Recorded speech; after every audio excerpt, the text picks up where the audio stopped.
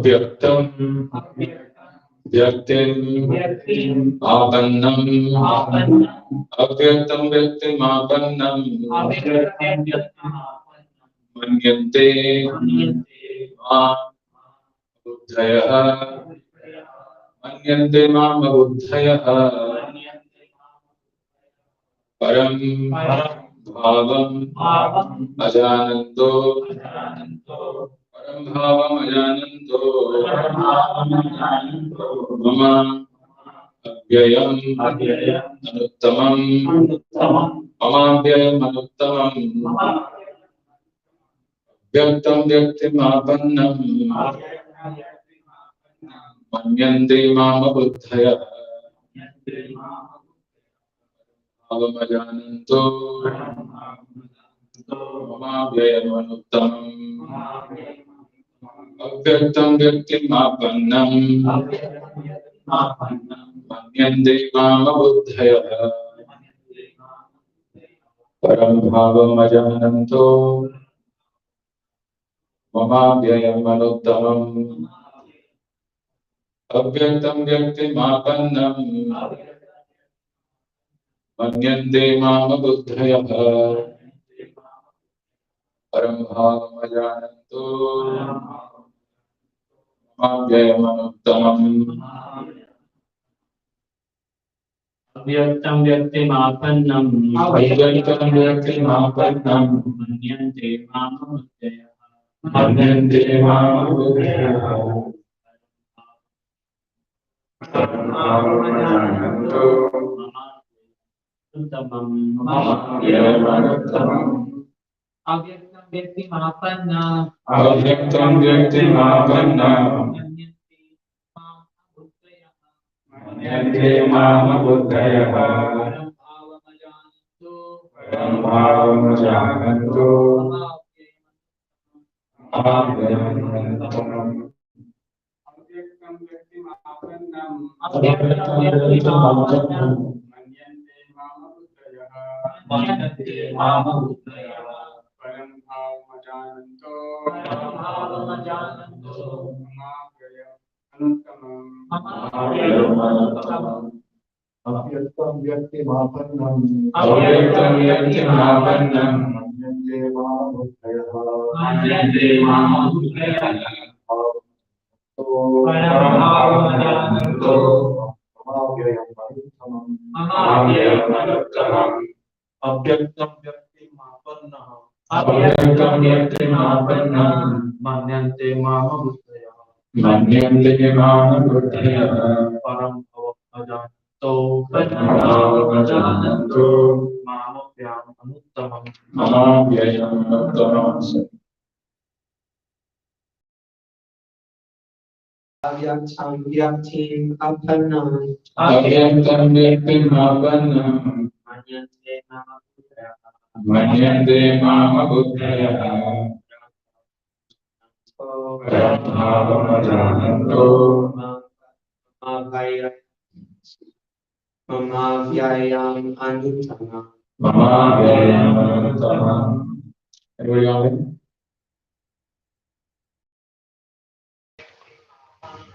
Avyaktam Vyaktim Apannam Manyante Mama Buddhaya Manyante Mama Buddhaya Param Bhavam Ajananto Mama Avyayam Anuttamam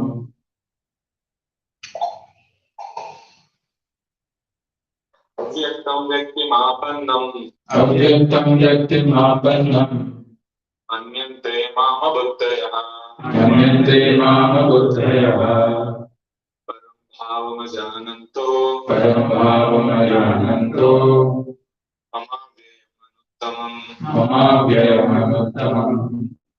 Synonyms: Avyaktam, non-manifested; Vyaktim, personality; Apannam, achieved; Manyante, think; Mam, to me; Abuddhayaha, less intelligent persons; Param, supreme. Bhavam, state of being. Ajanantaha, without knowing. Mama, mind. Avyayam, imperishable. Tamam, finance.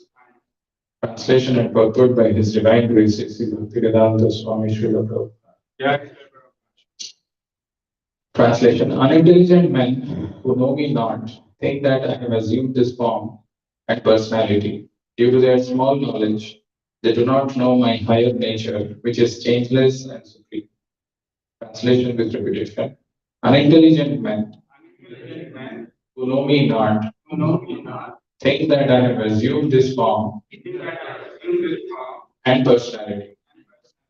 Due to their small knowledge, they do not know my higher nature, which is changeless and supreme. Purport by Srila Prabhupada.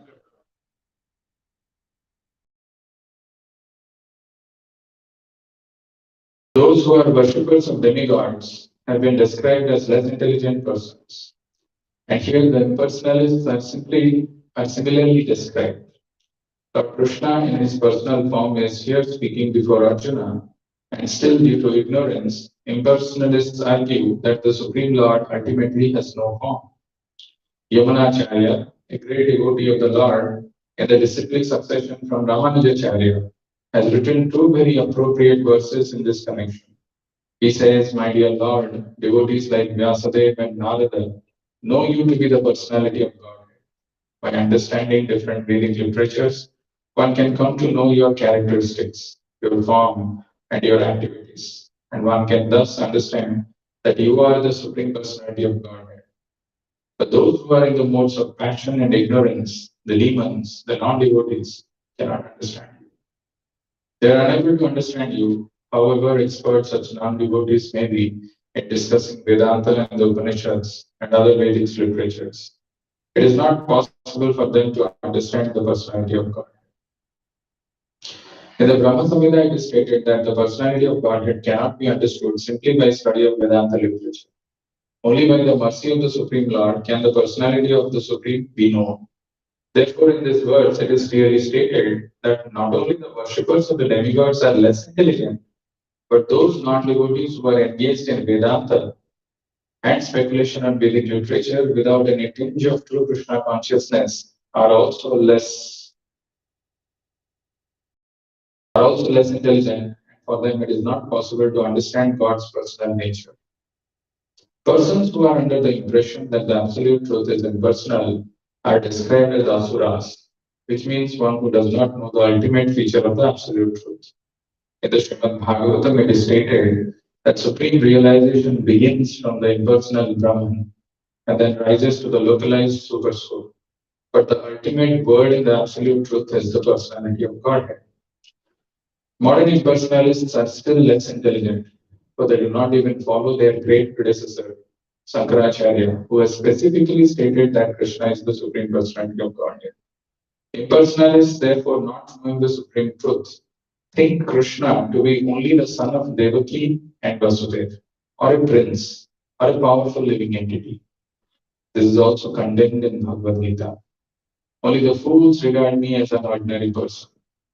The fact is that no one can understand Krishna without rendering devotional service and without developing Krishna consciousness. The Gita confirms this. One cannot understand the Supreme Personality of Godhead Krishna or his form, quality, or name simply by mental speculation or by discussing Vedic literature. One must understand him by devotional service. When one is fully engaged in Krishna consciousness, beginning by chanting the Mahamantra, Hare Krishna, Krishna Krishna, Hare Hare, Hare Rama, Rama Rama, Hare, then only can one understand the Supreme Personality of Godhead. Non-devotee impersonalists think that Krishna has a body made of this material nature and that all his activities, his form, and everything are Maya. These impersonalists are known as Mayavadi. They do not know the ultimate truth. The 28th verse clearly states, those who are blinded by lusty desires surrender to the different demigods. It is accepted that besides the Supreme Personality of Godhead, there are demigods who have their different planets. Bhagavad Gita 7.23. And the Lord also has a planet. It is also stated that the worshippers of the demigods go to different planets of the demigods, and those who are devotees of Lord Krishna go to the Krishna Loka planet. Although this is clearly stated, the foolish personalists still maintain that the Lord is formless and that these forms are impositions. From the study of the Gita, does it appear that the demigods and their abodes are impersonal? Clearly, neither the demigods nor Krishna, the Supreme Personality of Godhead, are impersonal. They are all persons. Lord Krishna is the Supreme Personality of Godhead, and he has his own planet. The demigods have theirs. Therefore, the monistic contention that ultimate truth is formless and that form is imposed does not hold true. It is clearly stated here that it is not imposed. From the Gita, we can clearly understand that the forms of the demigods and the form of the Supreme Lord are simultaneously existing, and that Lord Krishna is Sadananda, eternal blissful knowledge. The Vedas also confirm that the Supreme Absolute Truth is Anandamaya, or full of blissful pleasure, and that is Abhyasa, by nature the reservoir of unlimited auspicious qualities. And in the Gita, the Lord says that although he is Aja, unborn, he still appears. These are the facts that we should understand from Gita. We cannot understand how the Supreme Personality of Godhead can be impersonal. The imposition theory of the impersonalist monist is false as far as the statements of the Gita are concerned. It is clear here that the Supreme Absolute Truth, Lord Krishna, has both form and personality. Thus, since the wonderful transcendental Bhaktivedanta purport, चक्षुरुन्मिलितं येन तस्मै श्रीगुरवे नमः नमो विष्णुपादाय कृष्णप्रेष्ठाय भूतले श्रीमते भक्तिवेदान्त स्वामिन्यति नामिने नमस्ते सारस्वते देवे गौरवाणी प्रचारिणे निर्विशेष शून्यवादी पाश्चात्य देशतारिणे जय श्री कृष्ण चैतन्य प्रभु नित्यानंद श्री अद्वैत गदाधर श्रीवासादि गौर भक्त वृंद हरे Krishna Krishna Krishna Hare Hare Hare Ram Ram Ram Hare Hare Krishna. So we are in this wonderful chapter called Knowledge of the Absolute, and this is verse number 24. That means we have already finished 23 verses. And if you want to remember the summary of this chapter, if you remember this acronym, this is very easy to remember the entire chapter. Wonderful chapter. This is the first time, this is the middle six chapters where Krishna is beginning to speak about himself. That's why this is called Knowledge of the Absolute. And the acronym here is HP34MB. We all have used pen drive. So assuming that instead of GB it is MB, and instead of 32 this is 34, if you remember this, then the entire chapter is known to you. The first three verses Krishna talks about hearing about himself. Tatshron, very beautiful instruction. If you really want to know about the Supreme Absolute Truth, if you want to really understand who's the Supreme Personality of Godhead, then hear about him from him. So, Yatha Gyan Seti Tatshron, and Acharyas have wonderfully commented the importance of hearing. Then the P stands for perceiving the Lord in this material world.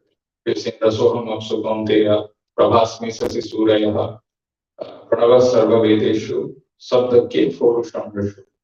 So, how do we perceive the Lord in this material world? That is given in the P.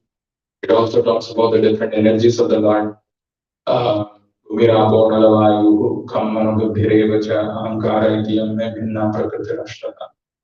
People glorify sometimes this material nature, wonderful Prakriti, but we don't realize that this material nature, whatever it is consisting of, is an external energy of the Lord. Anyway, Krishna talks about how we can perceive him. Not just this, there are many other shlokas which are there. Then comes the three modes of material nature, which is acting on us, which is bewildering us. Um, Very interesting. Those 13 and 14 verses, two verses, but very powerful verse. त्रिभिर्गुणमयर्भावेर् एभिः सर्वमिदं जगत् मोहितं नाभिजानाति मम भूत मम एभ्यः परमभ्य त्रिभिर्गुणमयर्भावेर्. All of us are bewildered. Sometimes if somebody asks how bewildered we are, actually, if somebody has a good definition of a mad person or an insane man, we are no different from that insane man. It's probably the heights of insanity. And I will talk a little bit more about it when we go. But we think we are quite blissful, we are in control of our life, everything is good, and we live like that for a long time, being under the spell of Maya. Like a snake charmer, when he plays that musical instrument, the snake dances to its tune. Similarly, when the three modes of material nature are acting on us, we very helplessly dance without realizing that we dance. And then we hear Shagramai no Maya Duratyaya. Mame Hoye Prapadyante Maya Metantaranti. Wonderful verses. The seventh chapter is full of beautiful verses. Then the four stands for the four kinds of people who surrender and the four kinds of people who do not surrender to Krishna. We saw those Artha, Jnani, and Jigyasu. And the four kinds of people who do not surrender: Mudha, Maya, Parita Jnana, Asura, Bhavam, Ashrita. And which one am I missing? Mudha, Maya, Parita Jnana.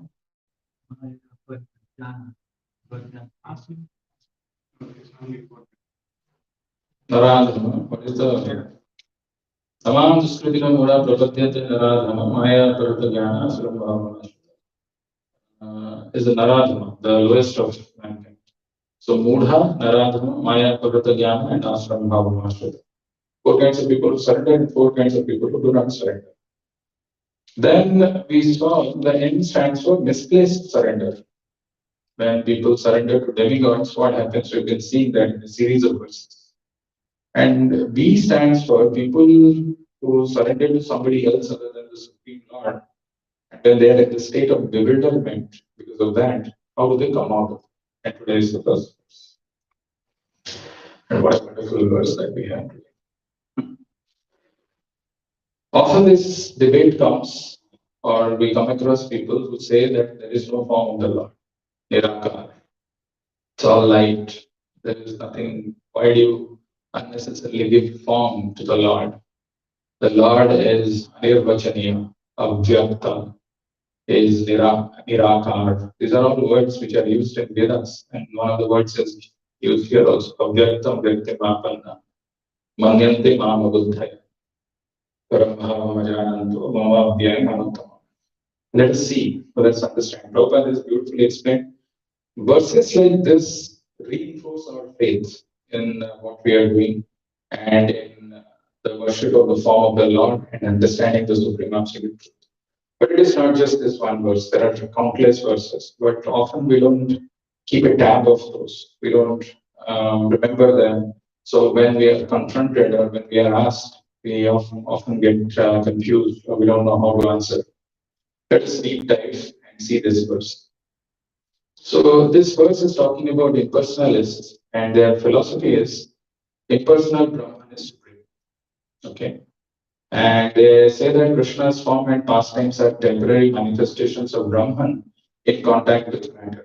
So, mind you, Krishna's form and pastimes are temporary manifestation of Brahman in contact with matter. So, Brahman, when it comes with contact with the matter, then Krishna assumes this form. That is exactly the verse. I'll talk about it a little bit. Then they think of Krishna as an ordinary human, like Prabhupada mentioned, son of Vasudeva Devaki, powerful living entity or prince, like that they think. Politicians, shrewd politician, very intelligent person. These kind of things they think, but they don't think Krishna is the supreme personality of God. The verse is Avyaktam Vyaktim Apannam. Avyaktam is unmanifested. Vyaktim Apannam. So that unmanifested achieves the state of a person. Vyaktim Apanam. It gets into a form. Avyaktam Vyaktim Apanam. Manyante Mam Abuddhaya. Buddhaya, Buddhi means who's got intelligence. Buddhaya is an intelligent man. But opposite of that is Abuddhaya. Manyante, they think. What they think? Manyante Mam Abuddhaya. Abuddhaya, people who are unintelligent, they think that the unmanifested has accepted the form of Vyaktam Vyaktimapan. But they don't see the next two lines. What they don't say is Param Bhavam Ajananto Mama Vyayam Anuttama. They're not saying that Krishna is Avyayam, imperishable, Anuttamam, the finest, Param Bhavam. He is a supreme nature. They're not able to see that. They don't understand that, and that is how they conclude like this. You want to build some more argument? The next verse, Krishna says, just for your information, 25th verse, Krishna says, Loko mam ajam avyaya. Ajam means I'm unborn. Avyaya means I'm infallible. So if somebody is unborn, somebody is infallible, how can he accept human form? How can he just be how can he take birth just as an ordinary son of Vasudeva and Devaki? He's unborn, he is infallible. He appears. There is a difference between birth and appearance. He doesn't take birth like we take birth. That is where people get confused and they think that he's an ordinary human being. The next one, if you go to the next verse, it says Krishna knows past, present, and future. Very interesting verse. Vartaman Vedaham Samatitani Vartamanani Charjuna Bhavishyani cha Bhutani Mantu Vedana Krishna. Krishna knows past, present, and future. But people who are Mantu Vedana Krishna, but people don't know his nature. This is Krishna, the person himself who's speaking Bhagavad Gita. He's standing, Prabhupada is saying, the person is talking about this impersonalism and the fallacy or the lacunae, the drawbacks of this. Yet impersonalists impose this impersonalism on the person who's speaking this Bhagavad Gita. How ironic is this? Let us understand, Prabhupada has taken one verse from Yamunacharya and he's trying to say something. I will read that portion just for your understanding so that you are there. This is the basis on which this purport is written. My dear Lord, devotees like Vyasadeva and Narada know you to be the personality of Godhead. So we have been hearing this Vyasadeva and Narada's conversation. So Prabhupada is quoting Yamunacharya saying that, my dear Lord, devotees like Vyasadeva and Narada know you to be the personality of Godhead. By understanding different Vedic literatures, one can come to know your characteristics. So he's giving that by understanding Vedic literatures, one can come to know your characteristics, your form and your activities, and one can thus understand that you are the Supreme Personality of Godhead. But those who are in the moods of passion and ignorance, the demons, the non-devotees, cannot understand you. See, one way he's telling that the Vedic literatures, by reading them, one can come to know. But in other side, he's telling who's in the mode of ignorance and passion cannot know them. And even though they are unable to understand you, however expert such non-devotees may be in discussing Vedanta and Upanishads and other Vedic literatures, it is not possible for them to understand the personality of Godhead. So pay attention. The argument on which this is, because this is important for us to understand, because we are practicing this philosophy, we should know why Krishna is a person, why the Supreme Absolute Truth is a person and not a person. The argument which Prabhupada has given is that we can, if we read Vedic scriptures, then we can understand his form, qualities, and everything. But he's telling also that if a person is in the mode of ignorance and passion, even though he is an expert Vedantist, is reading Vedas and Upanishads, he will not get it. Now let us understand this more closely. In 16th chapter, it is mentioned, Yasastra vidhi mutsrajya vartate kamakarata nasa siddhim avapnoti nasukham na paramvate. If you are doing any activity violating the injunctions of Vedic scriptures, then there is no supreme destination. You are anyway doomed. So first thing is we have to regulate, we have to understand the Vedic scriptures to know what exactly is expected of me to do. What am I supposed to do? What am I not to do? But in that, there also there is a confusion. And that is what Prabhupada is saying. If somebody is in the mode of ignorance and passion, even though he is reading Vedic scriptures, he may miss out that the Supreme Absolute Truth is a person. Why? How? These are all very important arguments. And why Prabhupada has quoted Yamunacharya? I mean, he could have quoted Vedic scriptures, he could have quoted from somewhere else, but why Yamunacharya? Yamunacharya is one of the acharyas who come in the parampara and the disciplic succession in Sri Vaishnava Sampradaya. Is the guru of Ramanujacharya. And Ramanujacharya and his predecessor Acharya, they used to have a lot of debates with the personalities, and they have defeated them like in wholesale way. They just don't stand a chance. They were one of those biggest debaters, and they just debate from this scriptures, the Vedic scriptures, and they prove how the supreme absolute truth is a person. Now today, what we will do is we don't have dearth of example, but the Supreme Lord Himself, when He came as Chaitanya Mahaprabhu, defeated many big personalities. Big time. There is Sarvabhauma Bhattacharya. Mayavada to the core, epitome of Mayavada. They were practicing Mayavada from a very long time, staunch Mayavada, or Prakasananda Saraswati. And his followers, they were all strong Mayavadis. How did Chaitanya Mahaprabhu? Because changing the conviction of a person is not easy, especially if you have been practicing that for a long time. So these are all wonderful examples which is there in Chaitanya Charitamrita, wonderful dialogues, how Chaitanya Mahaprabhu convinces this person about the form of the Lord. But today, interestingly, we have had some discussions about Sarvabhauma Bhattacharya and what is his name? Prakasananda Saraswati. Today I am talking about another example. And I want to show this.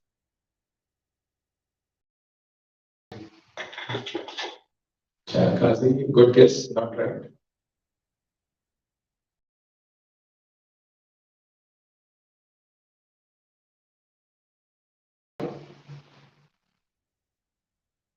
Is it?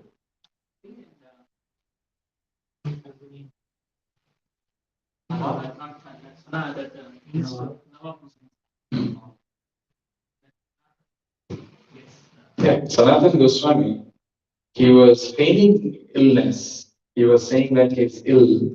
He was not going to the kingdom of Usensa, and he was discussing Bhagavad with some scholars. Now, this is a very interesting topic. And if you read scrutinizingly with attention in Chaitanya Charitamrita, nectars, wonderful nectars. Let us just go a little deep and see this. So, as I think most of you know, the context is when Sanatana Goswami and Rupa Goswami, they were ministers in the kingdom of Usensa. And Rupa Goswami has already left. He has joined Chaitanya Mahaprabhu. Sanatana Goswami also wanted to, but he was not able to because Usensa forced him to work there. But he lost all interest in all those things. And then he was busy discussing Bhagavatam at home. Of course, our acharyas say that is the highest benefit that one can have to get a chance to discuss Bhagavatam. You may have thousands of things to do. You have thousands of important things to do in life, but you get a chance to come and sit and discuss Bhagavatam. That's the perfection of life. What is the verse in Bhagavatam? When Sukadeva Goswami begins to speak Bhagavatam, he says this, Shrotovyadini Rajendra Niram Santi Sahasra Apasyatam Atma Tattvam Griheshu Grihameti. Shrotovyadini Rajendra. In this world, there are people who have got time for every single thing. Somebody is interested in politics, sociology, gossiping. They find time. Shrotovyadini Rajendra Niram Santi Sahasra. Thousands of topics are available you can discuss. Go on talking about it. Apasyatam Atma Tattvam. They are blind to self-realization. So that's why Griheshwara, they are busy discussing all these things. They don't find time to discuss or hear about Krishna Katha. Today morning I was talking about Shushrushu, the culture of knowledge. If you go back and read the purport of first canto, first chapter, second verse, Prabhupada in the purport mentions the word Shushrushu is very important. And he explains what is it. One must be anxious to hear this transcendental message. The desire to sincerely hear is the first qualification. Less fortunate persons are not at all interested in hearing this Bhagavatam. The process is simple, but the application is difficult. Unfortunate people find enough time to hear idle social and political conversations. But when invited to attend a meeting of devotees to hear Srimad Bhagavatam, they suddenly become reluctant.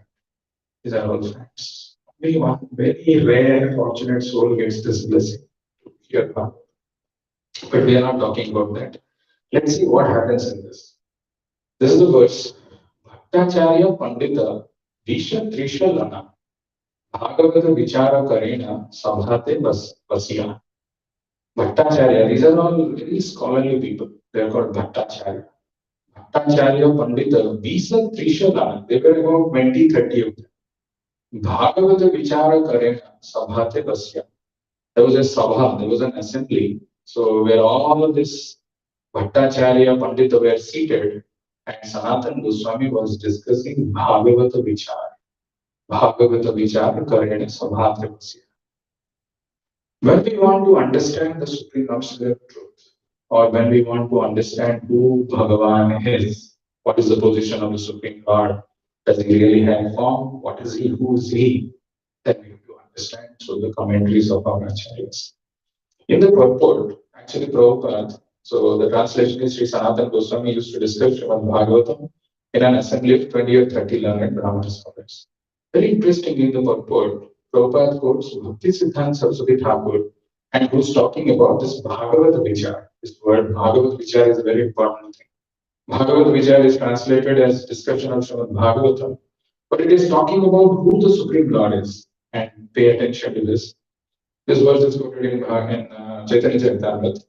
Dve vidye veditavye vai iti chatar vani srutihi para chaiva paracha tatra para rid vedo yajur vedah sama vedo atharva vedah shiksha kalpo vyakarana niruktam chando jyotisham iti atha para yaya tadas akshara adhigamyate. Very interesting verse, very powerful verse. So when we are talking about knowledge, when we are talking about knowledge which is derived from Vedic literatures, mind you, they are of two types. Dve vidye veditavye vai iti cha atharvani shruti. Dve, two types of vidya. Dve vidye veditavye. Veditavye is to be known. There are two kinds of knowledge to be known. Dve vidye veditavye vai iti cha atharvani shruti. Where it is mentioned? In Atharva Veda. In Shruti. Actually, this is from Mundaka Upanishad. Vai iti cha atharvani shruti. What are those two vidyas? What are the two kinds of vidyas? Para cha aviparacha. There is para and there is apara. What is this para and apara? According to the Atharva Veda, Mundaka Upanishad, there are two kinds of knowledge, namely para vidya, higher knowledge, apara vidya, inferior knowledge. The higher knowledge is that by which one can realize the imperishable supreme absolute truth, akshara. Whereas the lower knowledge consists of the Rig, Sama, Yajus, and Atharva Vedas. Very interesting verse and very important thing to remember what Prabhupada is trying to say here. What he is trying to say here is, if you see this verse, which is quoted here, Dve vidye veditavye vai iti cha atharvani shrutihi. So the Vedas, they are the supreme source of knowledge to gain all kinds of mundane knowledge, which can lead to material prosperity and it can lead to promotion to heavenly planets and knowledge of the absolute truth. All these three things. First thing is material prosperity, maybe promotion to heavenly planets and then the supreme absolute truth. But if somebody only study the Veda with the aim of attaining material prosperity alone, and stops there, then this knowledge is called inferior, apara. If the person studies the Vedas with the aim of understanding the supreme absolute truth, the same Vedas reveal him the highest truth. This knowledge is said to be para vidya. Remember, para is higher knowledge, apara is the material knowledge. Para vidya. Same Vedic literatures. So that is why yesterday he was quoting a verse from Bhagavatam. It says, Nigamakalpataror Galitam Phalam, Sukhamukha Gamrata Drava Samyutam, Vivaka Bhagavatam Rasamalaya, Bhuraho Rasika, Bhuvi Bhavaka. Nigama Kalpataru. This Vedic literature, the Vedas, are compared to a Kalpataru, wish fulfilling tree. I want to quote one very nice story which Prabhupada says. I'm sure you would have heard of. There was a person who was standing under that Kalpataru, wish fulfilling tree. And so what happened was he was a very, he was a rustic, bucolic, or he was from a village. He was not very intelligent, not very advanced. He met a devotee or he met a saint or a sage, and he asked him that, is there a way I can find something, a tree or some means by which all my desires can be fulfilled? So he said, yes, why not? He suggested him about this Kalpataru. So he went to that Kalpataru, stood there underneath, and he thought to himself, how nice it will be if I have good food and water. Whatever, just dreaming nice pizzas with gulab jamuns, unlimited, and it is there. And he thought in front of him, lo and behold, pizzas, good gulab jamuns, unlimited quantity, and tasty like anything. So he ate all of those. Then all of a sudden he thought, how nice it will be if I have a nice, comfortable bed with some latest orthopedic mattress or whatever it is. How peacefully I can sleep. And the moment he desired that, immediately there was a beautiful bed with mattress and everything because he was standing in front of the Kalpatra. So he lied down. Ram said he has eaten pizzas, gulab jamuns, and this bed is so tempting. The mattress was so soft. He was lying. Just he has closed his eyes blissfully. Wow, what a life I have. He thought to himself, what if I'm sleeping here, I'm lying in this bed, and what if a tiger suddenly comes and if it starts chasing me? He's thinking like that. Lo and behold, there's a tiger who's chasing him. So he started running. What to do now? It's a real tiger who was chasing. And then he remembered that sage, and the sage came and by his mystic power, he could make the tiger disappear. But the important thing in this story is, it could be funny, but the point to remember is we should always have pure desires when we are standing under the desire tree. A person who is looking for different knowledge other than looking for the Supreme Absolute Truth based on his motive and he approaches Vedic knowledge, then he will get misled. He will not get it. The last snare of this misleading is one accepts himself to be supreme. Where is the reference? Can you show me some reference that the Bhagavatam or the Vedic scriptures is telling what is the goal of this Vedic scriptures? If I quote somebody who's another person who has commented, we may not believe. But I'm going to quote the four-headed Brahma, the first created being, our Parampara Acharya. With all his four heads, this is a verse from Bhagavatam. Here it is mentioned, Bhagavan Brahma Katsneya Trim Aniviksha Manishaya Tad Adhyavashyat Kutasto Pratiratmano Yato Bhave. This is a beautiful verse. If you remember this verse, something very interesting which is mentioned in this. What is the thing interesting which is mentioned in this? The translation is the great personality Brahma with great attention and concentration of the mind studied the Vedas 3 times. And after scrutinizingly examining them, he ascertained that attraction for the Supreme Personality of Godhead, Sri Krishna, is the highest perfection of religion. See, we are not taking the opinion of any ordinary human being here.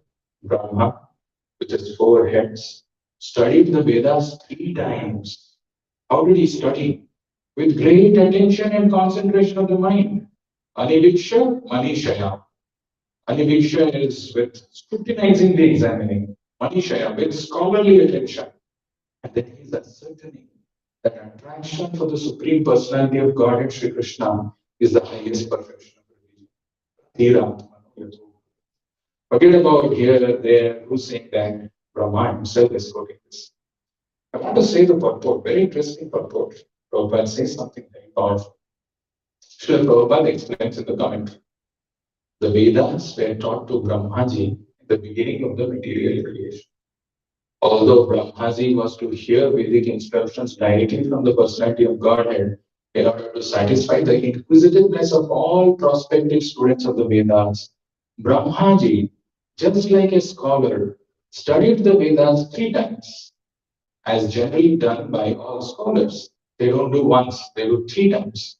He studied with great attention, concentrating on the purpose of the Vedas, and after scrutinizingly examining the whole process, he ascertained that becoming a pure, unalloyed devotee of the Supreme Personality of God, Sri Krishna, is the topmost perfection of all religious principles. And this is the last instruction of Bhagavad Gita, directly presented by the Personality of God. Come back, surrender to me. Don't surrender here and there. The Vedic conclusion is thus accepted by all acharyas. Those who are against this conclusion are only Vedavadaratas, as explained in the Bhagavad Gita 2.42. What is the 2.42 verse? Who remembers? No. Verse 2.41. Yamiman Puspitam Vacham Pravadanti Abhivastita. Vedavadaratas Partha Nanyat Astigami.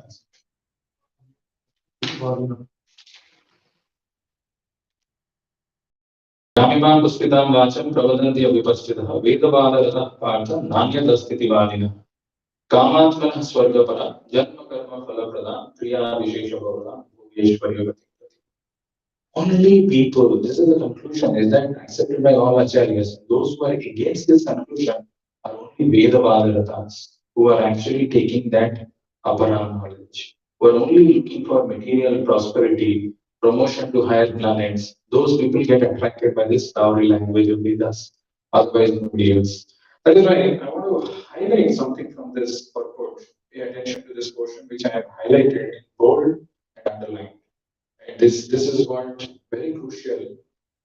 Prabhupada is writing, he studied with great attention, concentrating on the purpose of the Vedas, and after scrutinizingly examining the whole process, he ascertained that becoming a pure unalloyed devotee of the Supreme Personality of Godhead, Sri Krishna is the topmost perfection of all religious principles. The word scrutinizingly and with great attention is very significant. When somebody studies the Vedas under the proper guidance of, in the same way as Brahma studied, scrutinizingly and with concentration of mind, there is no doubt that he will come to the correct conclusion, which is pure devotional service, which reveals the Supreme Absolute Truth. Prabhupada quotes in the purport that this is also mentioned in Bhagavad Gita. Bhagavad Gita confirms this, where Bhaktya Mam Abhijanati. Bhaktya Mam Abhijanati Yavam Yaschasmi Tattvat. You want to know the Supreme Absolute Truth in totality, in completeness, process is complete. Now, moving on. I want to, of course, if somebody asks, where is the reference in Bhagavad Gita? We have been seeing the 7th chapter, 7.19.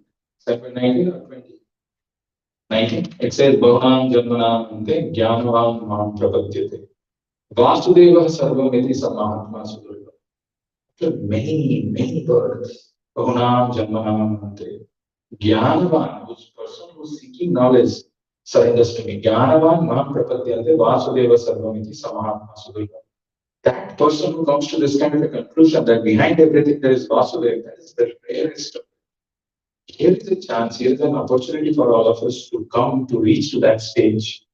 Somebody may question, Bahunam Janganam Mande, is it just kind of an exaggeration? And many lives have gone. How many lives would have gone? Just for our calculation, for our understanding. Can anybody tell me what is the lifespan of Brahma? 300? 311 trillion years, 40 billion years. That is there, the exact, if you do, something like that, 40 plus billion years. I don't want to take out that 11 trillion and 40 billion because that itself is also big. And Bhagavad mentions that Brahma, in his lifespan, which is 100 years, which is in human calculation 311 trillion years, now has lived half of his age. 50 years has passed, and he's in the 51st year. That means, for sure, that 50 years, if you divide that 311 trillion years, 40 billion years by 2. How much it will be? 150, more than 150, 155 for 0.20 or 155 trillion, 20 billion years we have passed. Because we have not come to this conclusion, Bahunam Janmanam Ante Gyanavan Mam Prapadyante. We are here still, material body, and this process is going on. Here is the chance. Here is one chance if we take it. If we do this perfectly, we can go back to God. In 8th chapter, in another few verses, we will have this verse which Krishna says, Yam Yam Bhati Smaran Bhavam Tyajate Ante Kaligaram Tam Tam Eveti Omteya Sadatal Bhava Bhavita. In Sanskrit, when two words are used together, Yam Yam, that means whenever or whatever, whatever the thought you have, Yam Yam Bhati Smaran Bhavam, whatever thought consciousness you have at the time of death, or whatever your predominant thought, Yam Yam Bhati Smaran Bhavam Tyajate Ante Kaligaram, you quit your body. Tam tam eveti konteya sadadal bhava. You accept that. Here is a chance you can come out. But unfortunately, we get stuck in many things. Whereas, if somebody asks, where else the reference? Okay, you spoke about Bonam Janmanam. Where else? Another reference is 14th chapter, you can see. Actually, Bhagavad Gita is filled with this. But just for our knowledge and just to really assure ourselves what we are doing. 14th chapter, last verse, Krishna says, Brahmanamuhi Pratishtha. I am the basis of the impersonal Brahman. The Brahman, the effulgence, it is coming from me. I am the basis. From me only this Brahman understanding is coming. Of course, Bhagavatam is telling Vadanti tat tattva vidasya jnanam tat advayam brahmeti paramatma iti Bhagavan iti santyati. Bhagavan is the highest realization of the Supreme Absolute Truth. The same non-dual Supreme Absolute Truth can be understood in three ways, starting from Brahman, then goes to Paramatma, then goes to Bhagavan. I wanted to tell one beautiful verse, one of my favorite verses of Bhagavatam. All the verses of Bhagavatam are very special, but this is a very nice verse. The context here is Krishna has sent Uddhav to go to Vrindavan to give solace to the gopis because Krishna has left Vrindavan and he is sending Uddhav. He himself is not going, and he has sent Uddhav to give some solace and to understand what really bhakti is, what is the position of bhakti. And in Bhagavatam 11th canto, it is mentioned Krishna, before he left this planet, he gave some instruction to Uddhav. That is called Uddhav Gita. There are a few chapters in Bhagavatam. Here is one verse spoken by Uddhav, and he is telling on behalf of us. So wonderful verse is this. So this verse is telling, Dashtam janam sampatitam vilesmin kala hina kshudra sukhor darsham samudharenam kripaya vargir vachogir asincha mahanubhav. So it's a very poetic verse, very beautiful verse. The word dashtam. Dashtam means bitten. Bitten by what? Bitten by a snake. Dashtam janam sampatitam vilesmin kala. Kala ahina. Ahina is a snake. So I have been bitten by the snake of time. Dashtam janam sampatitam. Patitam is to fall down. Sampatitam is completely helplessly I have fallen down. Where did you fall down? Vile. Vile is this material world which is compared to the snake hole. I have fallen into this snake hole. Dashtam janam sampatitam vilesme. Kala hina kshudra sukhor darsham. I have fallen into this kind of a helpless situation, but there is kshudra sukhor darsham. There is an insignificant sense pleasure which is achieved, which is available in this snake hole. And that insignificant sense pleasure which is available, Shuddha Sukharu Darsham, is like a drug. People get doped and they take some drugs. What it does is, it makes them forget the pain, the existential problems of this material world. Similarly, in this material world, we are beaten by the snake of the serpent. This is going to be finished. Everything is going to get over. But you get that Shuddha Sukharu Darsham. There is a little happiness which comes, which makes you forget everything. That little sense gratification is so intoxicating. It's like that. It's like a drug. That when we get that, what life? Who's going to die? What problems? Everything is gone. Dashtam janam sampatitam bilismin kalahi nakshatra sukho dasham. Samudharena. Uddhara, Samudhara is, oh Lord, please deliver me. Please take me out of this place. And this is not by, showing my hand and the Lord will pull me. No. What he's telling here is, Kripaya apavargair bachobhira sincha. You give your nectar of this powerful instructions. Bachobhir or sincha. Sincha is to like sprinkle. You put some, whatever these instructions you have left behind, give that, pour that. You keep talking about it. Those instructions, if I hold on to, then I will hold on to Krishna. I will never forget Krishna. If I hold on to Krishna, then I will come out of this. Samudhainam kripa apavargaya. I will get liberated. It's such a powerful verse and such a hope-giving verse.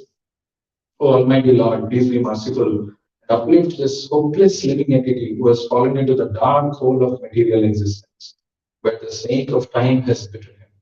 In spite of such abominable conditions, this poor living entity has tremendous desire to relish the most insignificant material happiness. Please save me, my Lord, by pouring down the nectar of your instructions, which awaken one to spiritual freedom. So, this is the only hope. We should pray for this. And Prabhupada in the purport talks about the verse of Brahma. How do we really understand the Supreme Lord? What is the process? People can get misled by reading, by doing discussions. They still can get misled. What is the hope? What is the way out? This verse is a very important one. Athapi te deva padam bhujadvaya prasada lesa grihita evahi janati tattvam bhagavan mahimno achanyo eko vichiram vichenva. My Lord, if one is favored by even a slight trace of the mercy of your lotus, if the Lord bestows his mercy, then he can understand the greatness of your personality. But those who speculate to understand the Supreme Personality of Godhead are unable to know you, even though they continue to study the Vedas for many years. Chiram Vichinvan, you can read many, many years, but still you will not come to this conclusion unless you get the blessings of the Supreme Lord. And the blessing of the Supreme Lord can be obtained very easily if we render devotional service to a pure spiritual master. Yes, Prasada, Bhagavad Prasada. Want the mercy of the Lord? Please the Supreme, please the pure devotee. Yes, Prasada, Bhagavad Prasada. I would like to conclude the verse, the purport, one very interesting thing which Prabhupada has mentioned, and that is like the final, the ceiling. Like, if we get that, that's the ultimate this thing. Prabhupada is writing that one cannot understand the Supreme Personality of Godhead Krishna or his form, quality, or name simply by mental speculation or by discussing Vedic literature. One must understand him by devotional service. And what is the devotional service? When one is fully engaged in Krishna consciousness, beginning by chanting the Maha Mantra. Hare Krishna, Krishna Krishna, Hare Hare, Hare Rama, Rama Rama, Hare. Then only can one understand the Supreme Personality of Godhead. Now, for last few days, we have been having so many gulab jamuns, right? And so many people are crying from this corner, from that corner, from other corners. If nobody is there, we can take. But assuming that there is no one to watch you, and you are allowed, okay, one bucket of gulab jamun is there. How many can you eat? How many? 20, 20, 30, 30, 15, 20 कम कर रहे हैं. वक्त जो है हम नहीं 10.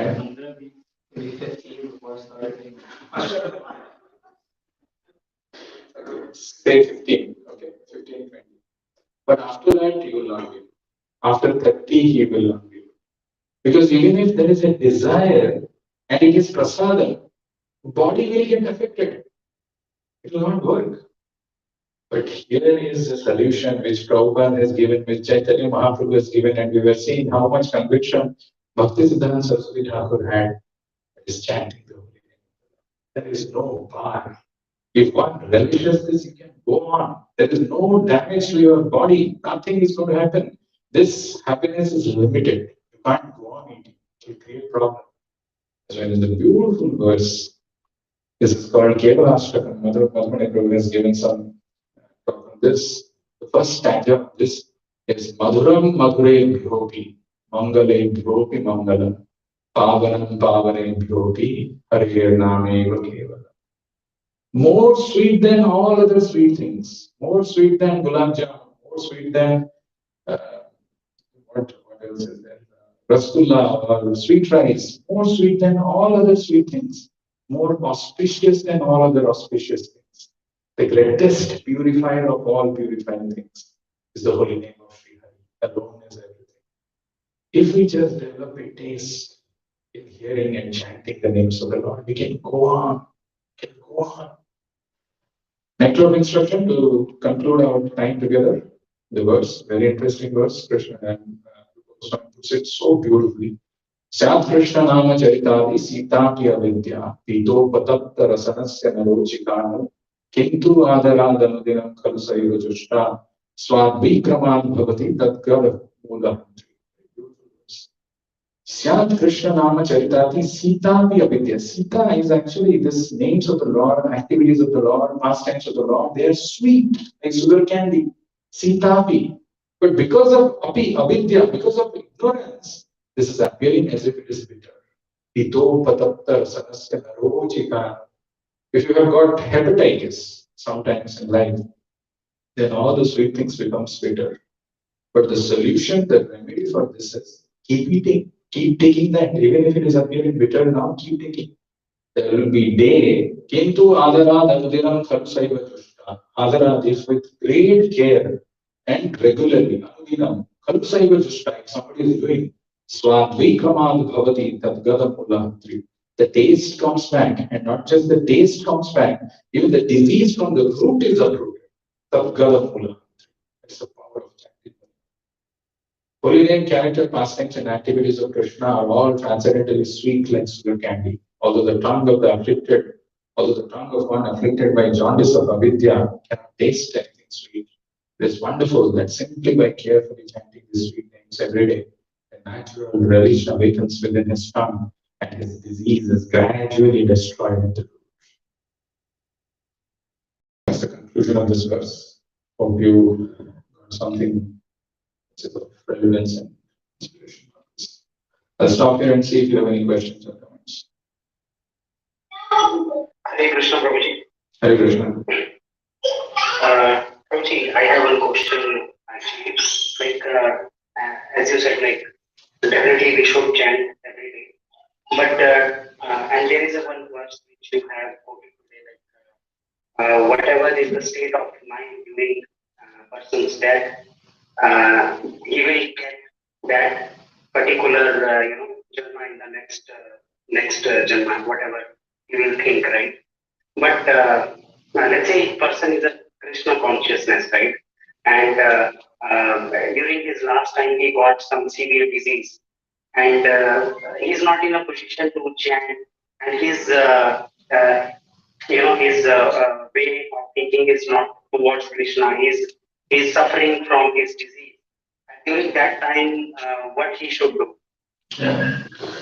Good question. Actually, we don't have to worry about it. Prabhupada mentions about this. If for some reason you're suffering from a disease which is so dreaded that you're not able to even speak or remember, or you're in a state of coma or something like that, the Lord will remember you. Because the whole life you've spent, you've made this endeavor to chant His names. This is the only permanent thing which goes with us. The only thing. And the Lord remembers. He's not some, you did chant at the time of death, so that's it, you're over. It doesn't work like that. If you have done sincerely, if you have practiced the whole life, God will take you. That's the guarantee. Swalpam apyasya dharmasya trayate mahato bhayat. Neha vikramanasosti pratyavayo navedyate. Swalpam apyasya dharmasya trayate mahato bhayat. When nothing else is going to remain with us. Nothing. But swalpam apyasya dharmasya, even if it is a swalpam, very little spiritual activities that we have done, prayate mahato bhaya, it will protect us from the worst.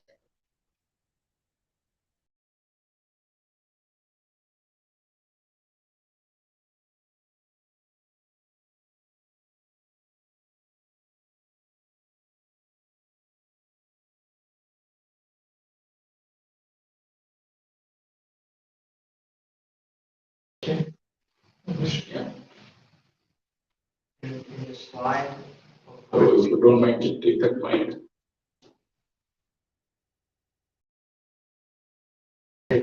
Yeah. Thank you for the wonderful class.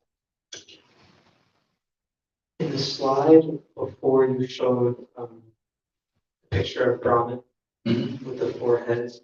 Mhm. It Right. mentioned, Yeah, go ahead. it mentioned that in the Atharva, that the Rig Veda, Atharva Veda, Yeah. and the other two are Right. lower knowledge of the Vedas. Mhm. So in the Atharva Veda, it said that the Atharva Veda is not the higher knowledge, not higher knowledge. Again, According to Atharva Veda, there are two kinds of knowledge, namely Paravidya and Aparavidya. The higher knowledge is that by which one can realize the imperishable supreme absolute truth, Akshara, whereas the lower knowledge consists of the Rig, Sama, Yajus, and Atharva Vedas. So Atharva Veda is appearing twice in the yes, so it says according to the Atharva Veda. Mhm. And then at the end it says the lower knowledge consists of the Rig, Sama, Yajus, and Atharva Vedas. It's appearing in both the places. Is that what you are saying, Atharva Veda? It is saying Atharva Veda is divided into two parts. Then how come in Atharva Veda is lower? What is Atharva Veda? Where is it divided into two parts? According to Atharva Veda, there are two. Vedas, there are the knowledge, there are two kinds of knowledge. Dve Vedya Veditavya. There are two kinds of knowledge. One is called para and one is called apara. Okay, para knowledge is about the supreme absolute truth. Apara knowledge is all about material prosperity and promoting oneself to heavenly planets. So he's telling that the higher knowledge, so it's giving a definition of what it is, what the Vedic literature is comprising of. There are two kinds of knowledge. But I think his question was, can you please reframe? Yes. Or he wants to try. So the Atharva Veda makes the distinction between the two different types of knowledge, and also what is in the Atharva Vedas is of Apara knowledge. That's my question. So this particular quote is from Atharva Veda Mundaka Upanishad. So the Vedas, usually how they are comprising of is, there are one or two Upanishads, and all these Upanishads are part of these four Vedas. Mundaka Upanishad, which is part of Atharva Veda, quotes this. That in this here it is mentioned that there are two kinds of knowledge, para and apara. And apara is material knowledge, material prosperity, promotion, whereas paravidya is the supreme knowledge about the supreme knowledge. Whether Rig, Sama and other portions have that or not, or whether only they are talking about material knowledge, it's not true. I mean, it is both. It's a combination of both material, para and apara vidya in all four Vedas. But this particular quote is coming from Mundaka Upanishad from Atharva Veda. Does that answer? It is not written. The translation is not very clear. So just a technical question. So Yeah. you mentioned that verse Bhavana Janmana Ante. Mhm. Now, is that verse like a subjective thing applicable to this stage? Because we have passed 51 years of Brahma's duration. Suppose now it is the first year of Brahma. I wouldn't have been. So I was just giving a figurative calculation which we can do in our mind. Even if it is the first day of Brahma, first hour of Brahma, still Bhavana Janmana Ante holds true because we get into the body of Mahavishnu and then come out when Brahma takes birth. We have been here from time immemorial. We can't calculate that. I was just trying to give an example of how many Janmas have gone which we can know by ourselves. The fact that Brahma's 51st year is going on and we are here, that means we have lived all these 50 years, which is such a huge calculation. Before that, how much we don't know. When that is anyway unknown to the cognitive this thing. But we've been here. That is why Anadi Karma Phala. Divanishi Hivajayate. We are given from time, Nityavartha. You can't find out the cups and stuff. But I was just trying to say one, just my mind, I was just trying to technically answer.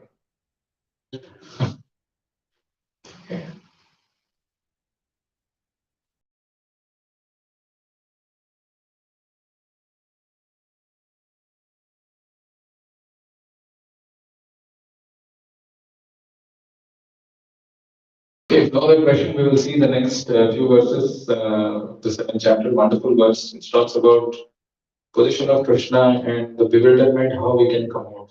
Wonderful chapter.